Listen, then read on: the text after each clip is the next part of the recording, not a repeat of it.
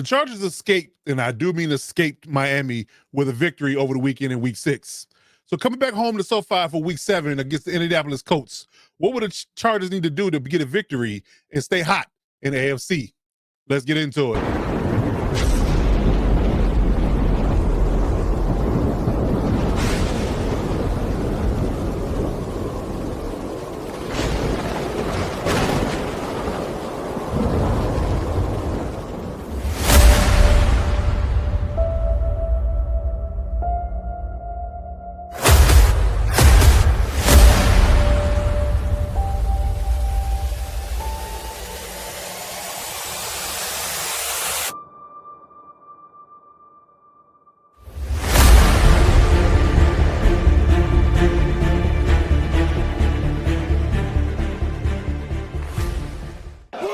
Better than us. Nobody. All right, man. The Chargers 4-2 by the skin of their teeth. Shouts out to Justin Herbert and McConkey on that last drive. Going Superman mode on both sides to be able to put the Chargers in field goal range in order to get the victory in South Beach over the weekend. But the Chargers are going to have to be a little bit better this week because the Colts are coming in, one of the hottest teams in the AFC, maybe the whole entire NFL, and they're not coming to play. They're not coming to play. They're about business, and I'm sure that they're going to have to buckle them chin straps to get a victory. But let's break down what happened in the Dolphins game really quick. We'll get through that. We'll get through the positives and negatives and things that happened in that matchup, and then we'll give our keys to victory for Week 7, and hopefully the Chargers can stay hot, be 5-2, get another W against the Colts and stay hot in the AFC. So starting off with the Dolphins game, obviously, like I said, they survived, boy. Survive is the key. It's for real. It is not a game. It is not a game. So, the weekend review, and as always, like we do in our recap videos, let's get into the positive and negatives of, what happened in the game, stats and things of that nature. But it was a rough one. It started out, it was topsy-turvy. I talked about the defense, in large space, and I don't want to sound like I'm prophetic, but everything I underscored about the defense kind of came to fruition over the weekend, and it's still a problem. It's still a problem, but I'm not gonna beat a dead horse. Be my guest and go back to look at those videos. Things I outlined, they're a problem. They are really a problem, and getting some guys back off the injury list will help a little bit, but there's some schematic things going on here that could limit the Chargers' ability to go really far, in this season. But we'll take it one step at a time. We'll take it one step at a time. But getting into the Dolphins game in its entirety, right? 29-27 victory. And at one point, the Chargers were kind of coasting in the third quarter, and they gave up 14 in the fourth, and it was a game. It really was a game. So, down one late in the fourth, kicking that field goal, ended up winning by 2. But, man, for the face of 1-4, now 1-5 team at the Dolphins, it shouldn't have been that hard, to pause. But it shouldn't have been that difficult to get that victory. But, they made it so. Again, starting off the game, we got 2 field goals. Actually, we kicked nothing but field goals in the first half. We didn't get a touchdown until the third quarter, but they got a touchdown, a couple of field goals in the first half. We got 3 field goals. Went into the half. I believe it was 13-9, if I got my math right. And then we rambled off 2 touchdowns back to back in the third quarter. Took a commanding lead, 2-score lead. And we let them come back in the game and give up 14 points of our own. For them giving up 14 points on defense, and they were back in the game and up 1. It took Justin Herbert, a Herculean effort at the end of that game-winning drive to get the Chargers in scoring range, and Cameron Digger brought it home. But, man, it was a sweat box. It really was. It was a sweaty matchup, and that's what the Chargers do to the fan base, man. I'm sure if you've been a fan a long time, nothing is comfortable. That is for sure. You are biting your nails and sweating and nervous throughout the whole entirety of the matchup. But we got the dub, and and shouts out to my guy from the LS Boats group, Lightning Strike podcast, and he was posting how they were feeling at the field goal moment, because that is a thing. I think that we need to give props to Cameron Dicker for a quick moment. Just being unbothered. Brody and Nova and all them were unbothered when they saw Cameron Dicker line up for that kick, because they know it was money. Because we've had, if you've been a fan a long time, we've had problems at kicker. It's been instability at kicker for a long time. To have such a stable and I guess you can say, confident figure kicking the football from a field goal perspective and winning us games and not have to necessarily worry about it in large spaces being highly accurate is underrated. It's really underrated. So being unbothered and being, quote unquote, comfortable with the idea that if he's in his range, he can most likely make it and we can win ball games that way. So yeah, shout out to Cameron Dicker, man. So that's how the game ended. So talking about the team stats in its entirety, let me bring this up a little bit higher here so you can see that. The stats were interesting. We had 21st downs there, 19. It was pretty even there. Third down, we were 6 of 15 or 5 of 11, so they're a little more efficient there. We were 1-on-1 on fourth down. We typically lose the fourth down battle, but we won it this week. Total yards, 403, they had 341. We had 10 total drives, they had 11. Of course, that last drive was the one to, quote unquote, end the game for them. We were 6.3 yards a play, they were 6.1. We had 263 through the air, they had 204. 6.7 yards passing, 5.8 for them. Rushing, we're pretty much even. Kamani Vidal and Devin A. Chan pretty much had their way. 140 for us, 137 for them. Penalties were down this week. Now we still, it wasn't a many yards. We had 7 penalties, but only for 45 yards. It wasn't egregious like the last 2 weeks. So we did clean it up some. We did have a turnover, fumble loss, but they had 3 turnovers from an interception perspective. So we won a turnover battle there. So that's good news. But yeah, so 2 for 7 in the red zone. That's still up issue. And they were 2 for 3. So we got to clean up the red zone offense, that's for sure. But that has a little bit to do with the running game and the protection for the O-line. So we got to clean that up. But outside of that, a lot better stat wise than we were in the last 2 weeks of losses. So yeah, I like that. So getting into the player stats real quick, talking about I'm just blocking out Justin Herbert's name. That's funny. Really, give me go here. So Justin Herbert had a stellar game. 229 of 38, 264, 2 touchdowns, no picks. He was only sacked once, ladies and gentlemen. He was only sacked once. 112 quarterback rating. Tua didn't have this, as good of a go. He had 25 yards passing, but he had 3 picks. He was sacked twice. A really good sack by Ode Afwe. So Adafe Owe, I messed the man name up. Adafe Owe had a really good sack by him in his coming out party. Kamani Vidal, lead dog in the room. I told you about Kamani Vidal. He should never been cut. 124 on the ground over 18 carries. And I said, run the ball. Ran the ball 25 times. You threw it 38. That's a really good balance. A total of 140 yards on the ground. No rushing touchdowns, but yeah, I'll take that all day. Lamb McConkey, 100 yards and a tutty. Ronnie Gaskins has the second with 7 receptions, with 68 yards. He had a great game on 8 targets. Keenan Allen with 4 for 27. So yeah. So overall, pretty solid game. I mean, only thing that really glaring to me is the 128 on the ground and 2 touchdowns they gave up to Devon Achane. That's the issue. We gave up a lot to Bill Krosky-Merritt last week. We gave up a lot to Devon Achane. So the run defense, I'm going to talk about it in a minute. It's a problem.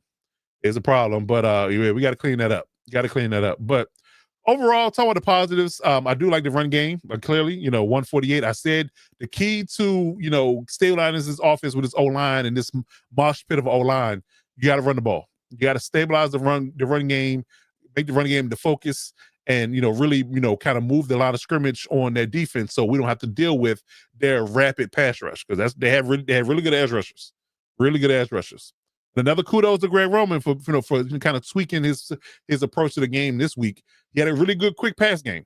I think that allowed for them to run the ball 1, 2, throw the ball out and get the ball out of Justin Herbert's hands quick, so he have to hold the ball and get sacked. Because we weren't going to give up. We won't give up pressure with that O-line, with Deculus and Bobby Hart at the tackles.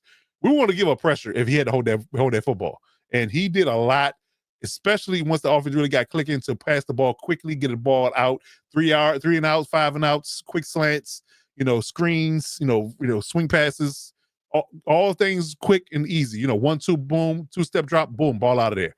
Great adjustment to Greg Roman's offense. So he did Justin Herbert a service and got the ball out of his hands quick, so he had to deal with that pressure. Again, only sacked once with that pass rush, so the kudos to that. Pass rush showed up this week. With Adafe Owe coming in, Thule, getting his chops going against the Dolphins O-line.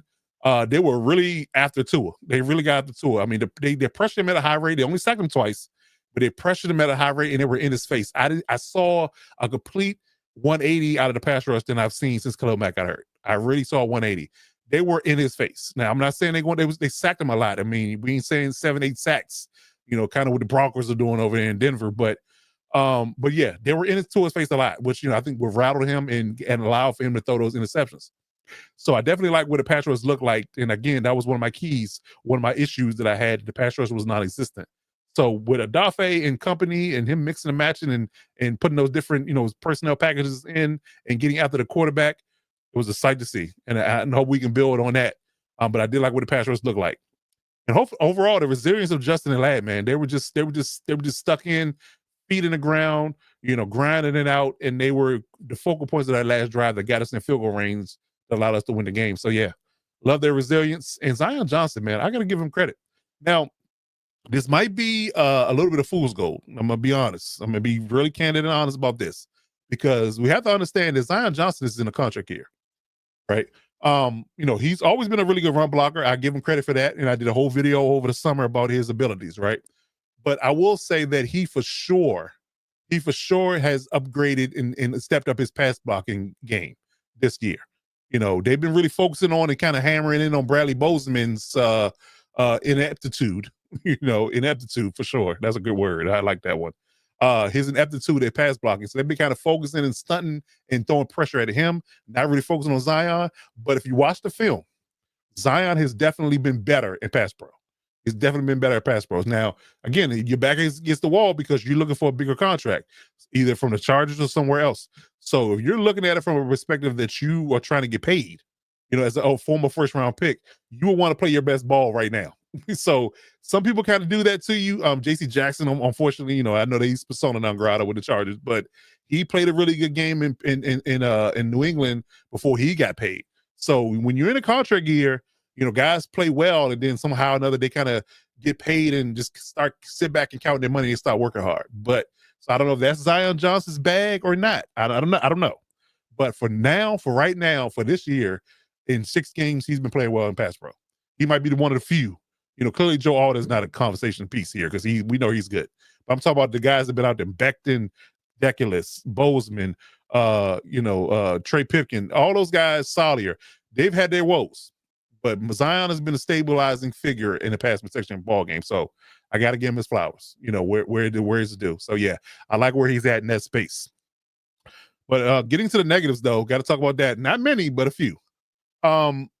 Pass protection, obviously from the tackles. I mean, Deculus and Bobby Hart were just revolving doors.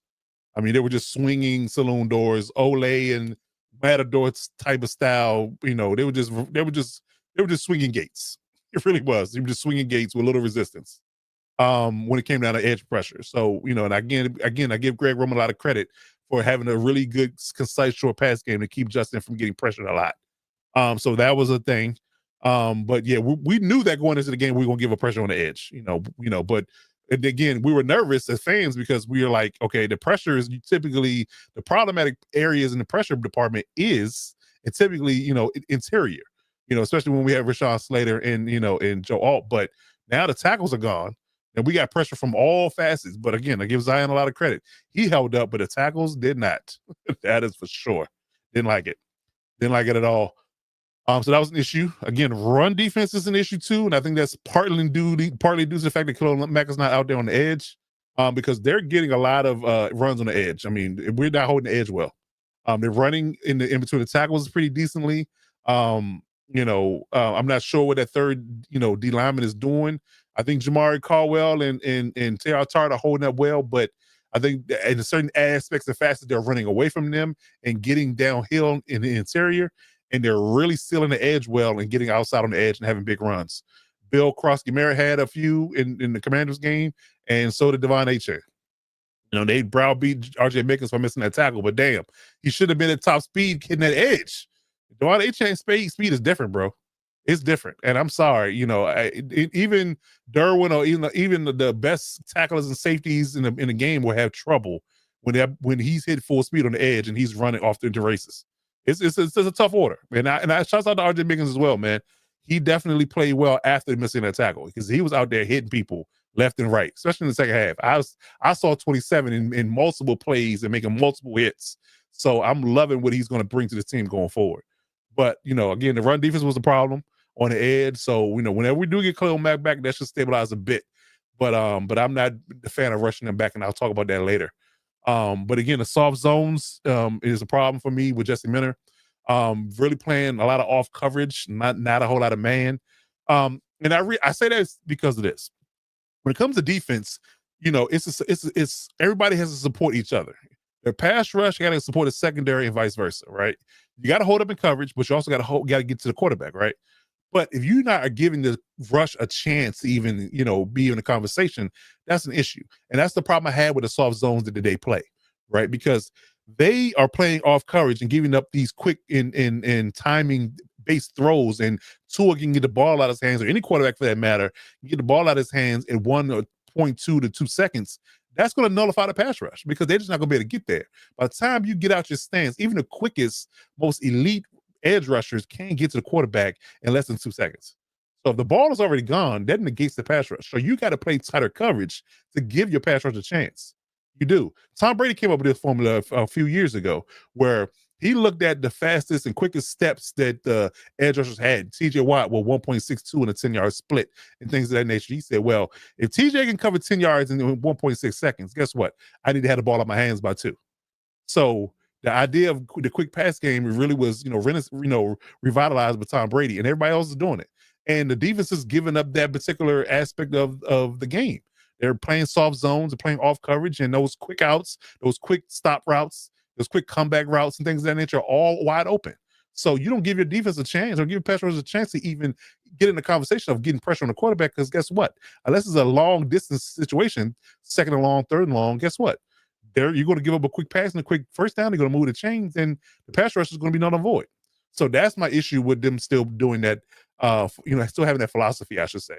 So I'm a little bit, upset about that. But that needs to tighten up if they want to use the pass rush or have the pass rush to be a factor in the game. But hopefully Justin Miller can build on that. But those are my negatives.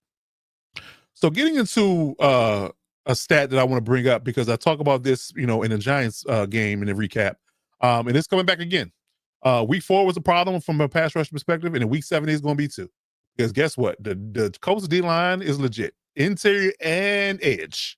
So yeah. So get ready for another tough time up front.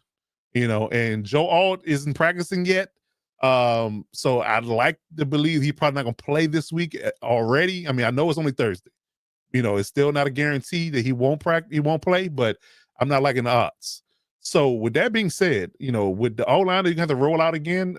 Listen, if they have any idea or any inkling that they can get to a quarterback in any large spaces, it's gonna be a long day, because this D line is legit. It is really legit. And it might be the best unit that they have on that defense up front. Kwity Paye, Latu, Armstead, everybody, DeForest Buckner. I'm sorry, former 49ers. I get them mixed up. DeForest Buckner, to name a few, Double A from Northwestern, he's a beast. He's starting to come on. So I would argue that, they're going to have their hands full, and they got good edge rush and depth. Like good edge rushers in depth. So yeah, this D line is going to be a problem for the Chargers, and they're going to have to remedy that like they did against the Dolphins for sure. All right, so moving on down the line, some about the injury report real quick before we get into keys of victory for the Colts game. So clearly, Amarion Hampton's still out IR. And I'm gonna say this about Amarion Hampton, ladies and gentlemen. I'm just gonna prepare you now. I think he's gonna be out more than 4 weeks of the IR. I really do. I think he's hurt more than they are letting on to be. They might push it to 5 or 6 weeks and then open up the 21-day window to give them 3 more weeks to actually ramp up to be ready. So we're talking 7, 8 games maybe, and we're already played 6 going into 7. So we're looking at the end of the season that he might come back. Just to prepare you. I hope I'm wrong. I hope he heals better. He's a young man, so I hope he heals quicker than I think. But I think that he's more hurt than they're leading on to him just being a 4-week IR stint and come back. So that's one thing. Khalil Mack was another issue. He did practice today, or excuse me, yesterday. He's practicing today as well. But I do believe that that elbow's not right. He's still wearing a brace on it. He's still favoring it. I saw him do a couple of pass rush reps on Wednesday, and he's still favoring it. He's not using it. Again, I think he's still hurt. I think he's trying to force his way back on the field to be I guess you can say a contributor, but I wouldn't rush him back. I think that you need him for the long haul. So if he need 1 more week or 2 more weeks to kind of get his full strength back in that elbow because let's be honest, he's going to need it. He's an edge rusher. He's a power guy. He's going to need both his appendages at full strength. Let's just be real about it. So, I would not put him back on the field this week for sure. Maybe not next week either. It just depends on how quickly that elbow heals. And he's not a younger man like Amari Hampton. So give him time, baby. Give him time. That's all I'm saying. Joe Alt did not practice ankle, so he's questionable, but I think he's more doubtful in my opinion. Deion Henley popped up on the injury report with a groin. He was limited, but he did practice, so hopefully that's a good sign. Those groins are really tricky. Troy Dye didn't practice, however, with a knee, so that's interesting. Darius Davis did finally get back on the practice field with a knee. He was limited. Jamari Salyer did practice, so that's positive. I think. I'm not sure how I feel. I think, honestly, truly, between Bobby Hart and Salyer, I want Salyer. I'm gonna be honest. Pipkins, holding up a conversation. He didn't practice, but I left him on injury, left him off injury report on accident. But Pipkins did not practice, but Jamari Salyer did. If I had to choose between him and Bobby Hart, I want Salyer all day. Because at least he gives me a chance at blocking somebody. Because Bobby Hart is bad altogether. Deshaun Hand did not practice. Growing injury. He's DNP. Quinn Johnson did get back on the field in a limited role. I would like to believe that he's going to play. I think they kind of held him out as a precaution last week.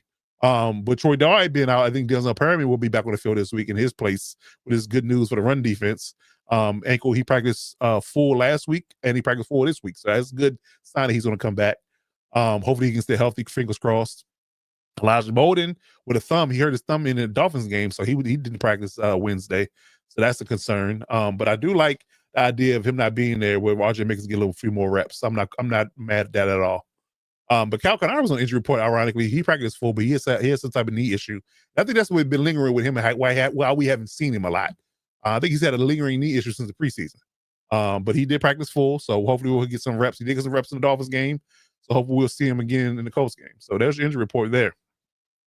So get into the keys to victory for the Colts game real quick before we get out here. It's some things on here that give me pause. So I'm gonna be honest. This game is gonna be a tough one. I'm not gonna sit here and act like we can just get this victory as long as we handle business. That's not the case. Again, one of the best teams, the hottest teams in the AFC right now. And that run game is a problem. That O-line, is one of the best in the run game, especially. Anchored by one of the best guards, maybe the best guard in the league, Quentin Nelson. They're gonna come to play, and we got issues in the run game. So that's a problem. I think we're gonna have to Jesse Miller's gonna have to get real savvy with trying to limit this run game. We have to really gear that up, maybe play some 8-man fronts and really keep Jonathan Taylor under wraps. If you don't do that, it's gonna be a long day. I'm just gonna keep you honest. We don't have to get into the conversation about Daniel Jones beating you, because guess what? The run game is gonna do it by themselves. Jonathan Taylor's having an MVP-like season. So I would say that if you don't stop him, then it's gonna be a long day. But if you can limit him, then we get to my next point of pressuring Daniel Jones. Getting after him, getting in his face, pressuring him, getting him off his spots, and making him uncomfortable is going to be the next phase. You get that done, along with stopping the run game, then we're in business. But again, we have to bring that same pass rush like we did in Miami to SoFi on Sunday. If we don't, another issue. Because Daniel Jones allowed there to sit back there and throw the ball is going to be problematic because they got good receivers. They don't have any burners outside of A.D. Mitchell, but they got good, solid possession receivers. Pittman, Pierce. I think Josh Downs is going to be in concussion protocol this week. He's not going to play, but Adonai Mitchell, Tyler Warren, they got some dogs. They got some dogs on that offensive side. So you're going to have to pressure Daniel Jones and get him off his spots and not allow him to get comfortable and deliver the football down the field. That's going to be a thing. Again, more of the same of the solid run game from last week on the offensive side. If run the ball against this Colts D-line in linebacker group, that front seven, get them off their spots, move their line of scrimmage, and get Kamani Vidal rolling early, and that should bode well for the offense and moving the ball and put on points. In a quick pass game, bring that again. Another nuanced version, but bring the quick pass game again, and get Justin Herbert ball out of his hands quick into these receivers and let them work. Let Aronde work underneath. Let Ladd work in the slot. Let Keenan work on the outside. And if Quentin Johnson plays, he's the deep play guy, and we can get some protection. He can take the top off. So let's go to work, man. But the most importantly, you have to stay on schedule. You can't get behind the chains against this bunch, because you get behind the chains, that's going to create a good pass rush opportunity for them, and you don't want that. You don't want that because, again, I don't think Joe Alt's going to play. Jamari Salyer is a questionable move. So if we got to roll out there again with Deculus and Bobby Hart, oh, my God, my blood pressure. That's all I'm gonna say. All I'm gonna say. So I know Justin Herbert's gonna feel it. So, hey man, let's stay on schedule. Stay on schedule. Stay ahead of the chains. Don't get behind and move the football. Put up points as much as possible and put the pressure on them to keep pace. So there it is, man. If we lay that out, get that done, and don't limit the penalties and turnovers, run the ball well, I think we had a good shot of beating the Colts. But, again, you got to get it done. Got to get it done. So let me know in the comments what you think about this matchup, how you feel about this game, how you feel about the injuries, Khalil Mack and all that good jazz. Hit that subscribe button as always, man. Let the YouTube algorithm know we're doing big things out there. We're trying to grow this channel to higher heights and deeper depths, man. So, show us some love on that front. And as always, if you're looking for the Electric Shock Podcast and need facet, hit us up. Electric Shock Podcast across all platforms: YouTube, TikTok, Instagram, Twitter, Facebook, even Gmail. Hit us up on those places if you got any questions for Chargers news, man. And we'll be back to recap the Colts game and get into next week's content. So we hopefully we can come out of this game healthy and ready to roll. But man, I'm ready for Sunday, and strap it up and let's go to work. But as always, you got to remember to bolt up.